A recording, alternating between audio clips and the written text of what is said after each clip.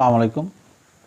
আমি আপনাদের সামনে যে টপিকটা আলোচনা করব এই টপিকটি কিন্তু অনেক গুরুত্বপূর্ণ। আর এই টপিকটি মানুষের ভিতরে যে সমস্যা দেখা দেয় এই ক্ষেত্রে অ্যালোপ্যাথ ডাক্তারগণ যে চিকিৎসা করেন তাতে রোগী ভালো হওয়ার সংখ্যা খুব কম। কারণ অ্যালোপ্যাথিক ওষুধ খাবেন, সাময়িক উপকার পাবেন, ওষুধ খাওয়া বাদ দেবেন, আবার দেখা দেবে। টপিকটি হলো চর্মরোগ। আর এই চর্মরোগ নিয়ে আপনারা যখন আমাদের কাছে আসেন তখন আপনাদের দোষ হলো আপনারা রোগ সম্পর্কে বিস্তারিত তুলে ধরেন না, আপনারা লজ্জাবোধ করেন। যখন কোনো ডাক্তারের শরণাপন্ন হবেন আপনার রোগ সম্পর্কে ডাক্তারকে বিস্তারিত বলেন, প্রয়োজন হলে দেখান।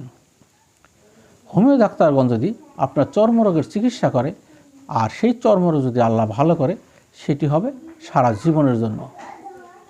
আর সারা জীবনের জন্য আপনি যখন কোনো চিকিৎসা নেবেন সেই ক্ষেত্রে ডাক্তারকে হয়তো আপনাকে কিছুদিন সময় দিতে হবে।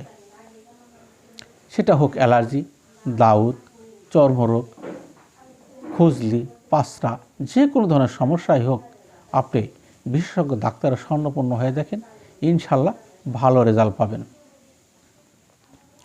চর্মরোগের সমস্যাটা বর্তমানে পৃথিবীতে দিন দিন বৃদ্ধি পাইতেছে, কারণ আমাদের বিভিন্ন সমস্যা থেকে চর্মরোগের সৃষ্টি হইতেছে। আর এইখান থেকে যখন আপনি বাঁচতে চাবেন তখনই আপনাকে লক্ষণভিত্তিক যে ওষুধগুলি সেই ওষুধগুলি প্রয়োগ করলে আপনি ভালো থাকতে পারবেন। এই ক্ষেত্রে অয়েন্টমেন্ট বা অ্যান্টিবায়োটিক খাইয়ে রোগীরা ভালো হয় না, সাময়িক উপশম বোধ করে। আর সুস্থ হতে গেলে অবশ্যই তাকে এই রোগ চিরাচরিতভাবে সারাইতে হবে। এই ক্ষেত্রে যে রোগীগুলি দেখি, অনেক রোগী আসে 5, 7, 10 বছর, 20 বছর, 50 বছর চিকিৎসা করতে কিন্তু ভালো হয় না, সাময়িক আরাম বোধ করে আবার দেখা দেয়। এই ধরনের চর্মরোগ চিকিৎসা করে তো লাভ নাই।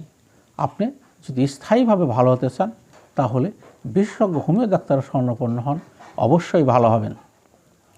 আর যদি আমার সাথে যোগাযোগ করতে চান তাহলে ভিডিওতে ফোন নাম্বার দেওয়া থাকে, আমার চেম্বার টাঙ্গাইল ভিক্টোরিয়া রোড, আপনারা যোগাযোগ করতে পারবেন। আজকের মতো বিদায় নিচ্ছি। আসসালামু আলাইকুম।